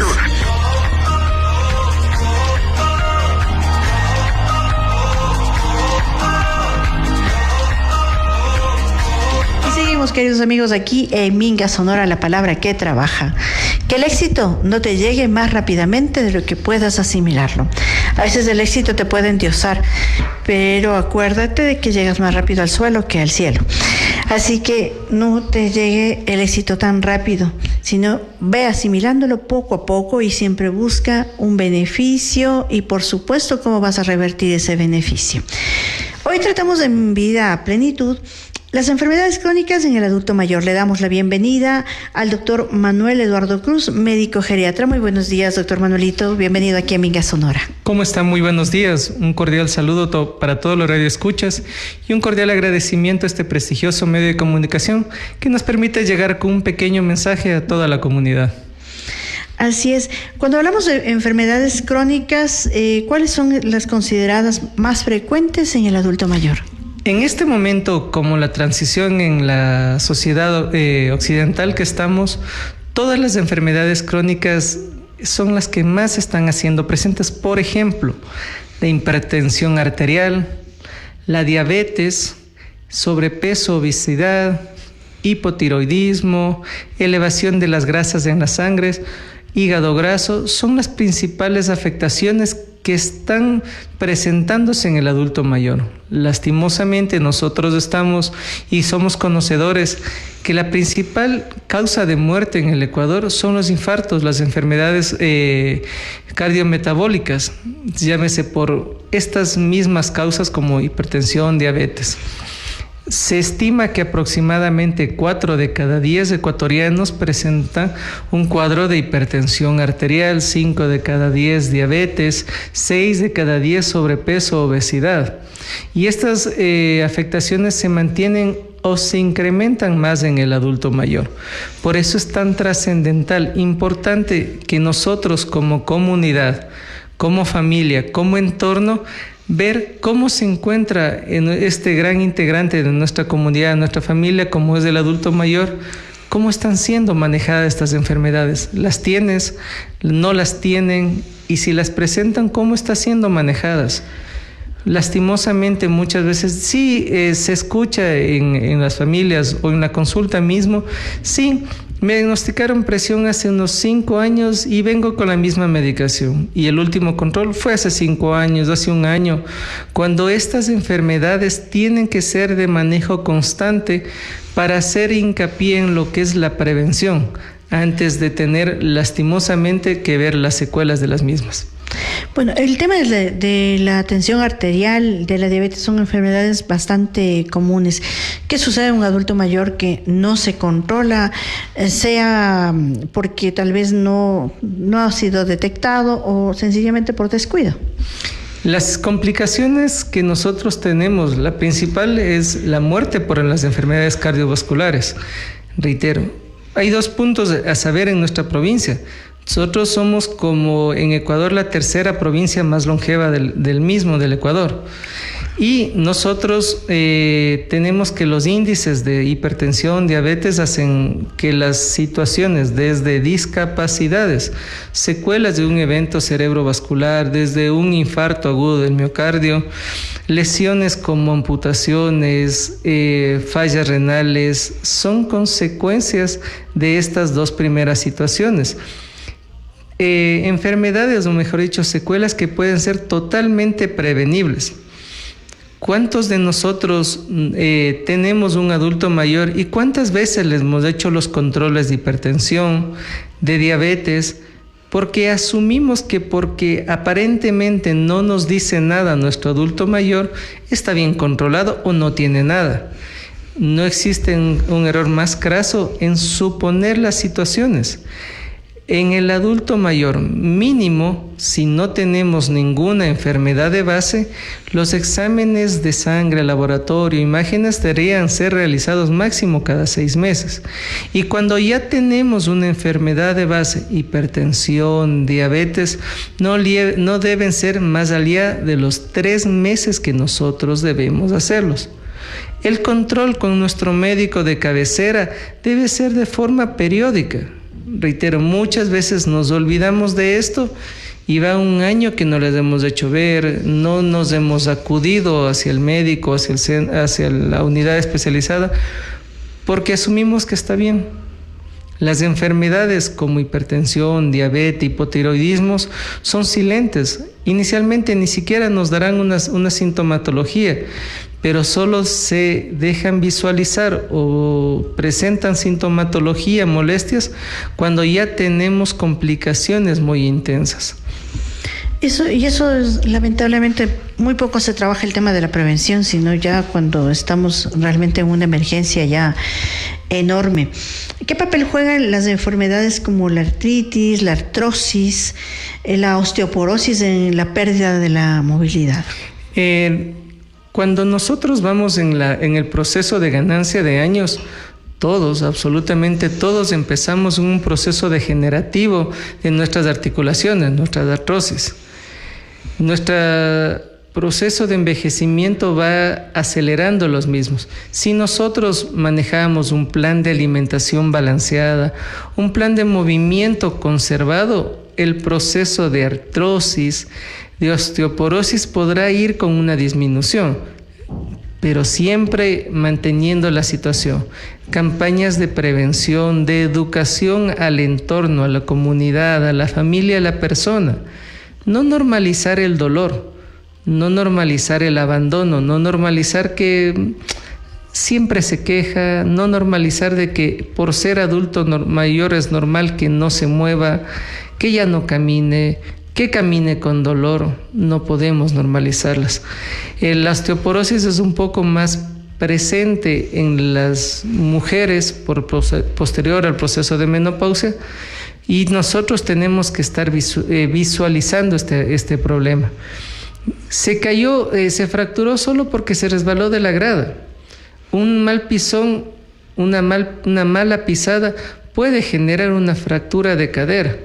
Bien estaba mi abuelita y de gana. La vecina, yo le vi que caminaba todos los días, yo le veo que está fracturada. Reitero, normalizamos las cosas cuando nosotros lo que debemos normalizar y generar la cultura de prevención. Reitero, desde nuestro entorno, nuestra familia. A ver, ¿cuándo fue la última vez que le llevamos a un control a mi papá, a mi abuelo, como comunidad? ¿Por qué no tenemos esa costumbre de hacer una prevención integral a nuestro adulto mayor? No solo el chequeo de diabetes, de peso, presión, de glucosas, integrar todos los mecanismos de control, porque inclusive, y eso está totalmente comprobado, que es mucho más rentable, eficiente y eficaz la prevención que el tratamiento. Nosotros siempre abordamos prevención, más no tratar las consecuencias de lo que no hemos llevado a estas enfermedades de forma temprana. Bueno, en esta época que está fría, se dan un poco más estas enfermedades respiratorias. ¿Cuáles son las que más afectan a los adultos mayores? Las enfermedades respiratorias que se hacen presentes en este momento son las enfermedades tipo influenza y también las enfermedades neumónicas.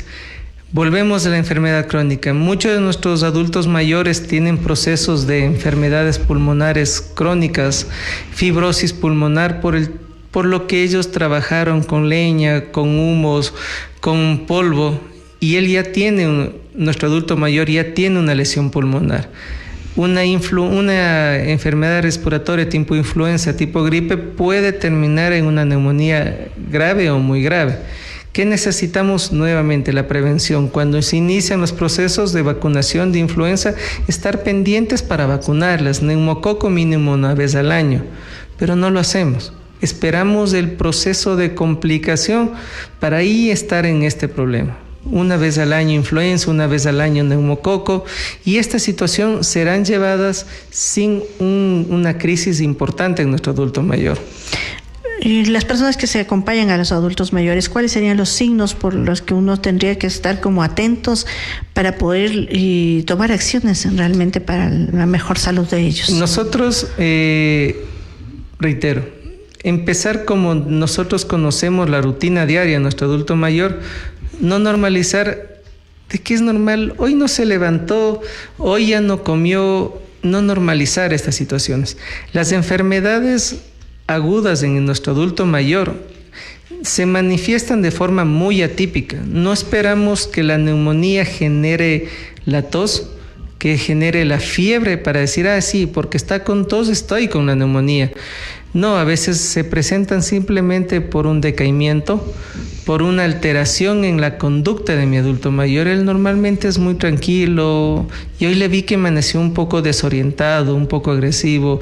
Él se alimenta muy bien y justo el día de hoy se levantó sin ganas de comer, no quiere hidratarse, no quiere levantarse de la cama. Esas variaciones atípicas en la conducta de nuestro adulto mayor son una bandera roja, un foco de alarma que mientras más inmediatamente nosotros lo identificamos, ya podemos valorar que se trata de una enfermedad respiratoria, una enfermedad neumónica o una descompensación de su parte crónica, diabetes, hipertensión como tal. ¿Cuáles serían los exámenes para detectar tempranamente ciertas enfermedades crónicas y que podemos estar como a tiempo de poderle dar un mejor tratamiento? No podemos hablar unos exámenes de gabinete en cuales nosotros rayamos nuestros pedidos. Hacemos la parte importante en el adulto mayor es la individualización. Primero, entonces, cuando nuestro adulto mayor llega a la consulta, poder determinar cómo está mi peso, mi talla, mi función corporal, presión, y ahí empezamos nosotros a determinar, individualizar cuáles son los exámenes que necesitamos, cómo vamos a valorar la función del hígado, la función de mi riñón, la función de mi tiroides, en caso de nuestro adulto mayor hombre, cómo está la función prostática, en mujeres la densitometría.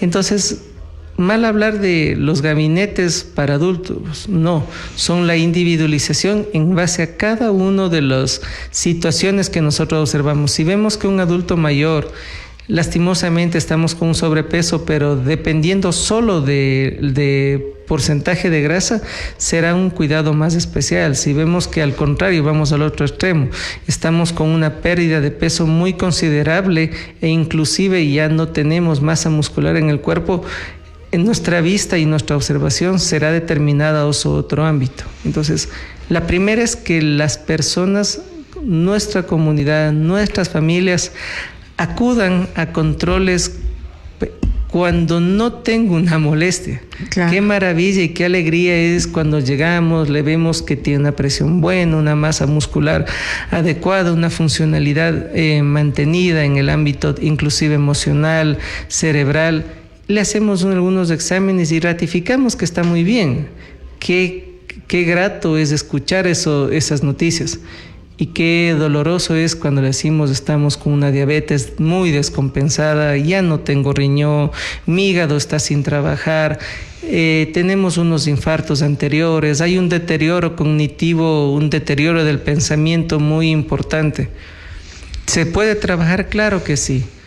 Pero es más grato y es más llevadero para la familia en todos los aspectos cuando abordamos antes de que estos se estén haciendo presentes. En ese contexto, ¿cuáles serían los hábitos saludables que deberían tener los adultos mayores para tener esa mejor calidad de vida hasta el final? La primera, una de las frases que siempre hemos conversado y siempre hago hincapié en todos nuestros adultos mayores: el movimiento es vida y la vida es movimiento. Porque independientemente del grado de movilidad que tengamos, hay que hacerle que nuestro adulto mayor permanezca en movimiento y funcional. Si le decimos que se quede sentado en la silla y sin moverse, lo estamos haciendo cargo de una condena terrible. Entonces, movernos.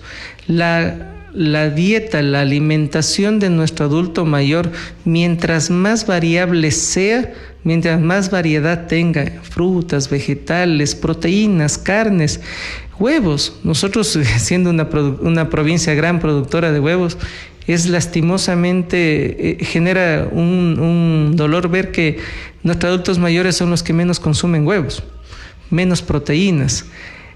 Él no toma líquidos porque no tiene sed. No, generar la costumbre desde nuestro adulto mayor, adulto, niño, que es indispensable la hidratación. La mejor prevención en estas variaciones de clima que estamos teniendo es una adecuada hidratación. ¿Cuánto? Lo que sea, pero no vamos a estar contentos. Es que sí, me tomo un vaso al día. No, una hidratación adecuada, una alimentación balanceada, que tenga de todo. Muchas veces el mismo sentido. Tenemos un territorio tan rico en frutas, pero no las consumimos. Rico en proteínas y no las consumimos. Y luego nos estamos lamentando de que nuestro adulto mayor tiene dolor, tiene dismovilidad, hipertensión, diabetes, pero simplemente porque estas situaciones tan básicas no se las genera.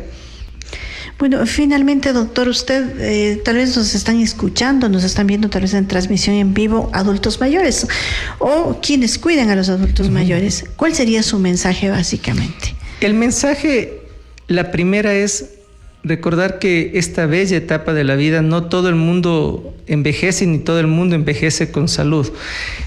Entonces, no normalizar las situaciones que por yo ser adulto mayor, no es normal que me duela, no es normal olvidarme, no es normal no escuchar, y peor aún, no es normal como familia aislarle a mi adulto mayor. El adulto mayor, como todas las sociedades sabias, él siempre tiene el consejo que nos ayuda a pensar y a llegar a nuestro objetivo que debemos. Entonces, hacerle que él sea partícipe activo en la familia, en la comunidad, que tenga un movimiento, que no lo aislemos. Y reitero, que él tenga que seamos siempre cuidadores de la salud de él en acciones preventivas, que no solo lleguemos a las situaciones cuando es hipertensión arterial, ya le genera un infarto, cuando son diabetes, hace que ya tengamos que llegar lastimosamente a una amputación, a una diálisis, o cuando estamos con una secuela de un evento cerebrovascular que le dejó, como decimos, prostrado. Estaba muy bien la vecina Juanita, yo le veo que ya no avanza ni caminar. No normalicemos esto y recordar que los espacios cada vez son más amplios para darle el apoyo a nuestro adulto mayor. Así es, esos espacios hay que buscarlos y sin duda podemos tenerlos aquí en la provincia de Tungurahua. Recuerden, el doctor Manuelito tiene un espacio muy bueno, muy bonito para los adultos mayores y que siempre está a la disposición. Para nosotros siempre un gusto y estamos a las órdenes para el servicio al adulto mayor y a la familia, poderle darle las guías que él ya necesita en base a nuestras, todos los recursos que tengamos la familia o personas, como si los podemos aprovechar de manera adecuada para darle la mejor calidad de vida a nuestro adulto mayor. Si alguien quiere contactarlo, puedo darnos su contacto. Tenga la amabilidad, es un gusto en cualquier momento poderle servir. Mi teléfono es el 098-4066-789 y tenemos el gusto de servir aquí muy cercano en la calle Bolívar entre Martínez y Mera.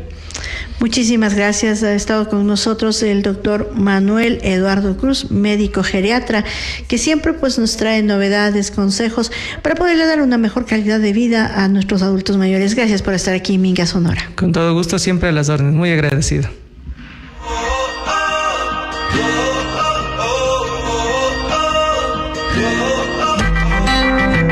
La vida es hoy y envejecer es un privilegio. En identidad, la vida es a plenitud. Vida a plenitud.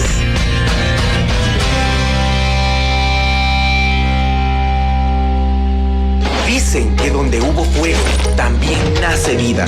9 cantones nacidos del volcán te invitan a sentir su fuerza. Sabores con memoria, que no solo se comen, se heredan. Fiesta que brota como lava, imparable, viva, ancestral. Manos que visten a un país entero, hilo a hilo, historia a historia.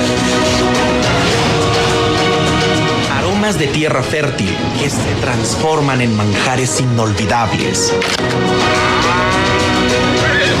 Un destino para caminarlo, reírlo, sentirlo con el alma. Calzado que pisa fuerte, hecho por gente resiliente. Aventura que ruge como el volcán y estremece hasta el corazón. Arte que florece entre barro, palma y tradición. Cocina que reconforta, que emociona, que nunca se olvida. Del fuego nace la vida. Tungurahua, 9 cantones, una sola fuerza que arde y florece.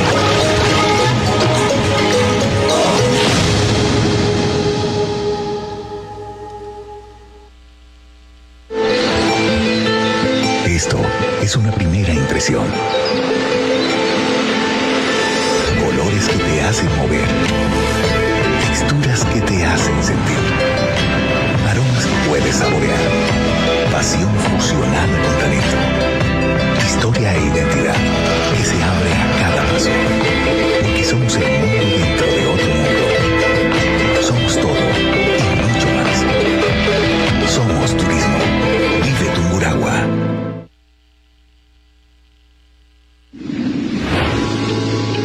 la fuerza de la naturaleza lo que nos unió por primera vez. Y una vez más, su magia lo está logrando. Estar en Tungurahua es más que mirar un paisaje. Es un viaje donde el volcán convive con el frescor de sus aguas termales. Una experiencia que permanece en la memoria, con sabores que emocionan, cultura que vibra en cada fiesta y tradición, cantones que susurran sus historias y caminos que invitan a volver. Del fuego nace la vida. Vive Tungurahua. Honorable Gobierno Provincial de Tungurahua. Lugares hermosos y únicos por conocer y recorrer. Aquí está la calidez de nuestra gente, que se une a la Minga.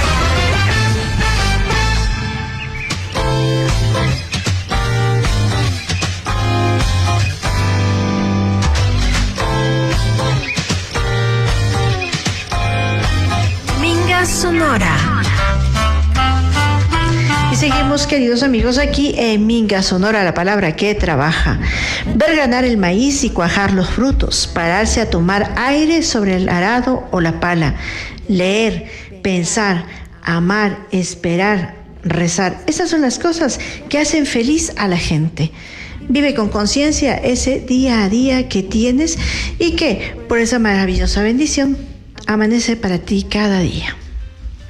Y hoy tenemos una entrevista muy importante, porque esto nos llama a poder conocer otros lugares.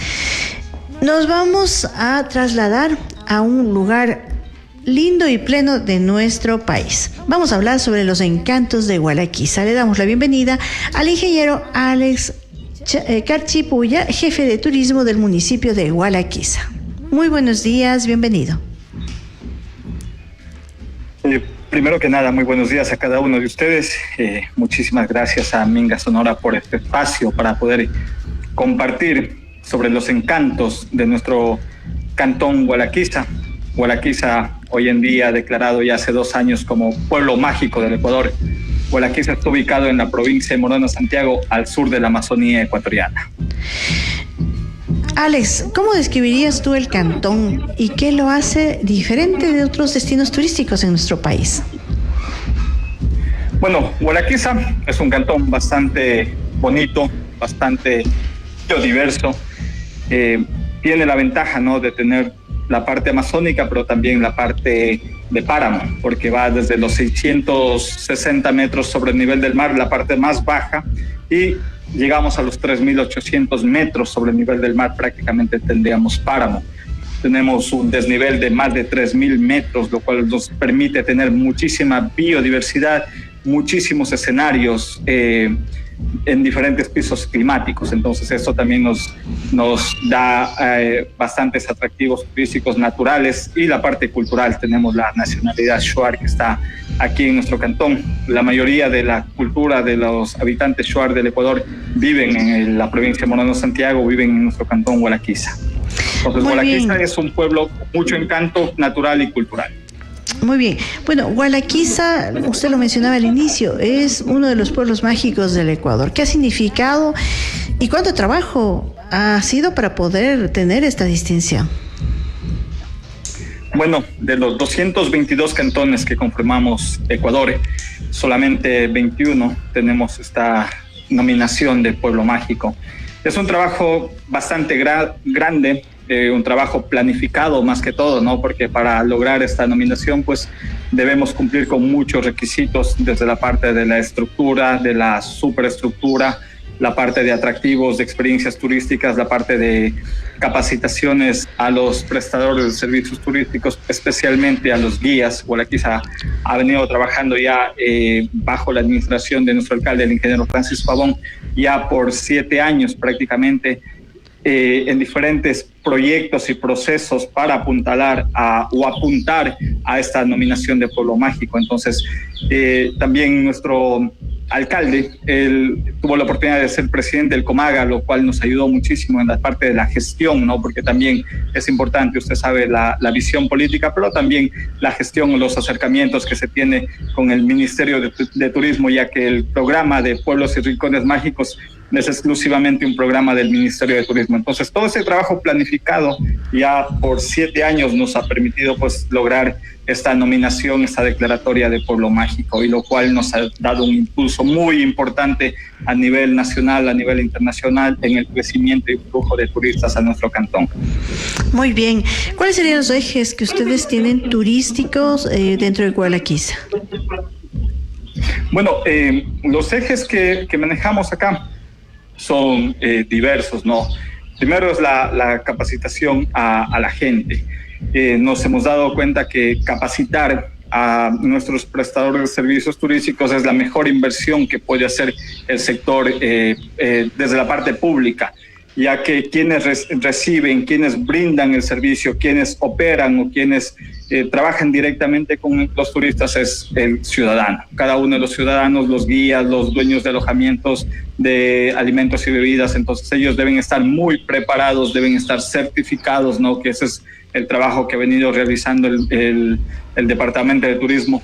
Otro también de los enfoques, de los ejes que tenemos, es mejorar los accesos. Justamente el día de hoy, ahorita no estoy en oficina, estamos en un recorrido en el centro Shuar Cupiamais, en donde estamos haciendo un levantamiento topográfico para mejorar los accesos a una ruta de cascadas aquí, que tenemos 4 cascadas espectaculares. Entonces, el otro eje es la implementación, la adecuación y el mejoramiento de los senderos turísticos para que la gente pues pueda acceder de manera confortable y más que todo segura, ¿no? Lo que brindamos es seguridad a nuestros turistas. Otro de los ejes también es la implementación de rutas y circuitos turísticos. Es importante tener identificado cada uno de los productos turísticos, cada una de las experiencias. Entonces se ha levantado los diferentes tipos de turismo que estamos ofertando, ¿no? Y ahí ya iríamos a otro eje, que sería diversificar la oferta turística. Hoy en día Gualaquiza cuenta ya con algunos productos turísticos, como es el producto de aventura en el sur de la Amazonía ecuatoriana, conformada por Morona, Santiago y Zamora Chinchipe. Somos el cantón que mayor ha fortalecido los deportes de aventura, como es el rafting, como es el kayaking, como es el senderismo, también como es el kayak. Ya estamos iniciando con la actividad de kayak acá en nuestro cantón. Entonces esto generalmente siempre era medio en la parte centro del Ecuador, en la parte norte del Ecuador, pero Gualaquiza hoy en día es el destino de deportes de aventura del sur del Ecuador. También estamos con un producto turístico como es el agroturismo. Hoy en día Gualaquiza cuenta con muchas fincas agroturísticas, como es el cultivo de la guayusa, el cultivo del cacao, de la caña de azúcar, del café, de algunos otros productos, y ellos han implementado facilidades y recorridos turísticos dentro de sus fincas, que antes eran solamente o se dedicaban a la agricultura, pero hoy en día también dieron un cambio o complementaron a su giro de negocio con el tema del agroturismo. Entonces esto también nos ha permitido que mucha gente venga a nuestro cantón Gualaquiza, que vivan la experiencia del agroturismo, y esto también les permite llevarse un aprendizaje. También está el tema del aviturismo. El aviturismo, como le decía, los diferentes niveles de pisos climáticos que tenemos, pues nos permite tener aproximadamente 500 especies de aves. Casi tenemos un 30% de las especies de aves que tiene todo el Ecuador, están acá en nuestro cantón Gualaquiza. Entonces también es un punto muy importante a nivel nacional para el tema del aviturismo, de la herpetología, de la espeleología también. Entonces hay mucho todavía que trabajar, pero nos hemos encaminado de manera correcta, un trabajo en conjunto entre el sector público y el sector privado. La verdad es que es una maravilla todas las posibilidades que pueden tener en Gualaquiza. Pero si usted haría un top de los lugares turísticos con más visitas, los que no se puede perder si alguien piensa viajar a Gualaquiza, ¿cuáles serían? Gualaquiza, como decía, el tema de los deportes de aventura es de nuestras fortalezas. Entonces, la mayoría de gente que viene a Gualaquiza hace rafting y hace kayaking. El rafting tenemos 3 niveles o 3 clases, clase 2, clase 3 y hoy en día un clase 4. Entonces, el rafting es algo que la gente hace y lo vuelve a hacer. El canyoning también tenemos 8 escenarios que están listos, son escenarios muy bonitos acá que la gente ha optado por hacer, en especial los jóvenes, los que buscan un poquito de aventura, de adrenalina, de contacto con la naturaleza, eligen esas actividades. Para el turismo familiar tenemos lo que es el agroturismo, está Quinta Aureliana, la gente es uno de los lugares que visita. También está Bio Shuar, es un lugar, un espacio de un emprendimiento familiar de una familia Shuar, en donde se puede compartir y aprender sobre la cosmovisión, la cultura de la nacionalidad Shuar. Entonces, Zunquichiria también, justamente, yo estoy aquí frente a Zunquichiria, que es un lugar que recibe muchas visitas. También uno de los lugares que la gente siempre hace o visita en nuestro cantón Gualaquiza es el Jardín Botánico del Gato, un lugar en donde es un espacio para conectarse con la naturaleza, y también tiene la facilidad porque está a menos de 1 kilómetro del centro. Entonces es otro de los lugares que la gente siempre visita en su visita a Gualaquiza. Hemos escuchado sobre el rafting que usted mencionaba hace un momento en el río Cuyes. ¿Qué tan desarrollado está este producto turístico? ¿Y cuáles son las medidas de seguridad para los visitantes? Bueno, el rafting en el río Cuyes, justamente hay el clase 2 y clase 3, ya prácticamente unos 10 años que se viene haciendo esta actividad. Los guías de Gualaquiza son guías certificados, tienen la licencia o la certificación IRF, que es de la Federación Internacional de Rafting. Hace 5 o 6 años se dio la primera certificación, que el municipio mismo hizo la contratación para certificar 10 guías, y ahora en el mes de marzo, recién hace menos de medio año, se logró la segunda certificación para otra camada de guías, ¿no? Entonces los guías nuestros están certificados, cuentan con equipos homologados, lo que es las balsas de rafting, los chalecos, los cascos, todos los equipos que usan ellos son equipos homologados para esta actividad de rafting. Entonces tienen la certeza y la seguridad de que cuentan con un guía certificado con mucha experiencia en el río Cuyes. Tienen asimismo la certeza y la seguridad de contar con equipos homologados. Asimismo, hoy en día o en el mes de marzo ya se logró certificar 2 kayakistas de seguridad, que es muy importante para complementar y brindar seguridad al rafting, ¿no? Entonces hoy en día también tenemos ya 2 guías, 2 kayakistas de seguridad para brindar toda esa seguridad para los turistas que hacen esta actividad. De la misma manera, el río ya se ha hecho un levantamiento en donde se conoce, ¿no?, todo lo que es las líneas del río, en donde en el caso de existir algún tipo de emergencia, cuáles serían los sitios o las salidas de emergencia para que pues se pueda brindar los servicios prehospitalarios a los turistas. En todo el tiempo que se viene brindando esta actividad de rafting en nuestro cantón, no hemos tenido ningún inconveniente, ninguna situación, ¿no? Es más, los turistas que nos han visitado lo vuelven a hacer, porque muchos de ellos es su primera experiencia en rafting, pues si les gusta o pierden el miedo, porque la mayoría nunca lo ha hecho, y vuelven a hacer un clase 3. Hoy en día están buscando un clase 4, que ya es en el río Cuchipamba. Muy bien, vamos a otro aspecto turístico que es fundamental, el gastronómico. ¿Cuáles son las delicias gastronómicas que ofrece Gualaquiza? Sí, Gualaquiza, con el flujo turístico que se ha venido incrementando, especialmente después de la declaratoria de Pueblo Mágico, que ya son 2 años atrás, ha diversificado y ha incrementado también su oferta gastronómica. Hoy en día el Parque Central, al menos, y alrededor del Parque Central vamos a encontrar más de 20 establecimientos, y asimismo en las zonas aledañas a Gualaquiza, en las parroquias rurales, vamos también a encontrar más oferta gastronómica. Entonces, hoy en día en Gualaquiza podemos encontrar desde un ayampaco, un muquinti o chantacuro, que se lo conoce. También vamos a encontrar ancas de rana. Tilapia también es uno de los platos fuertes en diferentes presentaciones, como es tilapia frita. Creo que es el plato más apetecido. Tilapia asada, también tilapia sudada, tilapia al vapor.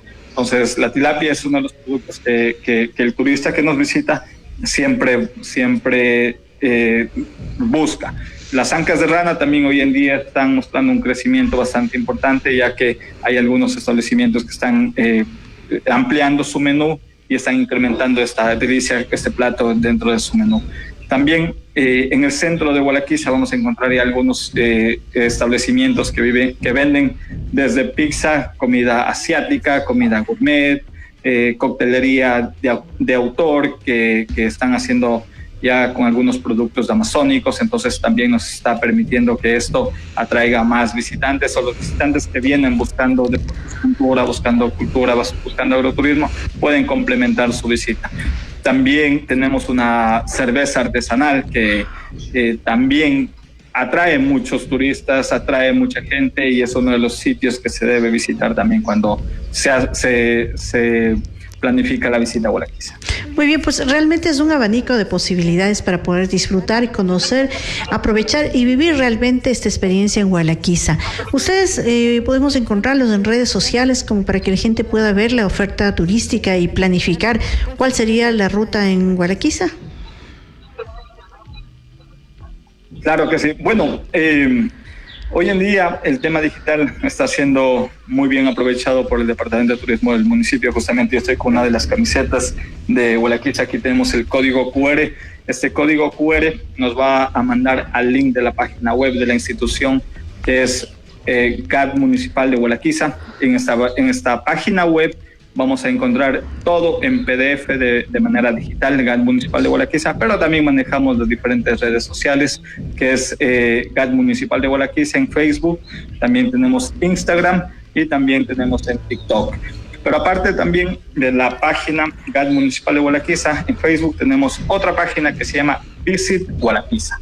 Esa está en Facebook e Instagram. Entonces, en estos dos lugares nosotros vamos siempre subimos información, videos, fotos de nuestro cantón Gualaquiza, y ahorita estamos próximos a festividades. Para encontrar la agenda de festividades justamente lo podemos encontrar en la página de Facebook GAT Municipal de Gualaquiza.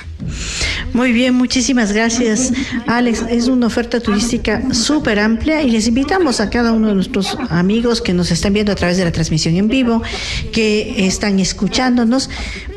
Planifique una linda visita a Gualaquiza y una oferta turística enorme. Visite las redes sociales, planifique y dese ese tiempo de calidad que usted necesita para vivir el turismo en Gualaquiza. Muchísimas gracias al ingeniero Alex Carchipulla, jefe de turismo del municipio de Gualaquiza, por estar con nosotros aquí en Minga, Sonora. Muchísimas gracias. Invitados desde el 31 de julio hasta el 16 de agosto tenemos las festividades de Gualaquiza. Tenemos 38 eventos culturales, artísticos, turísticos, gastronómicos. Tenemos una variedad, un abanico de actividades para que las personas que nos visitan puedan disfrutar desde el 31 de julio al 16 de agosto. Muchísimas gracias.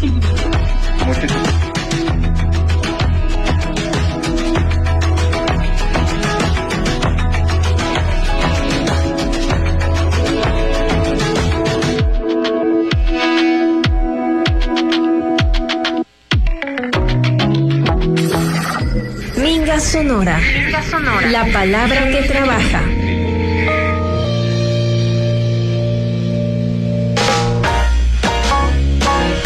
Minga Sonora. Y bueno, queridos amigos, vamos con la última frasecita de la mañana. Recuerda esto: se necesita muy poco para tener una vida feliz. A veces nos desesperamos tanto por el tener, por el hacer, por el listado de cosas, por el listado de bienes, pero a veces es tan poquito que necesitamos para ser feliz.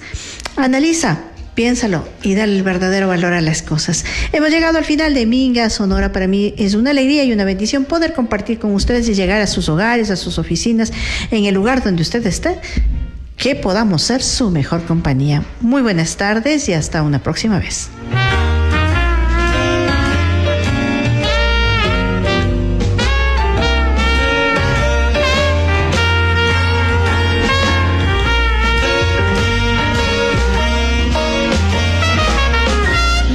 Sonora. Minga Sonora. Minga Sonora. Minga Sonora. Minga Sonora.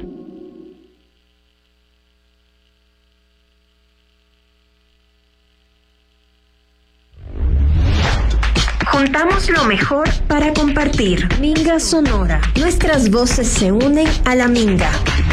Minga Sonora. Nuestras voces están trabajando.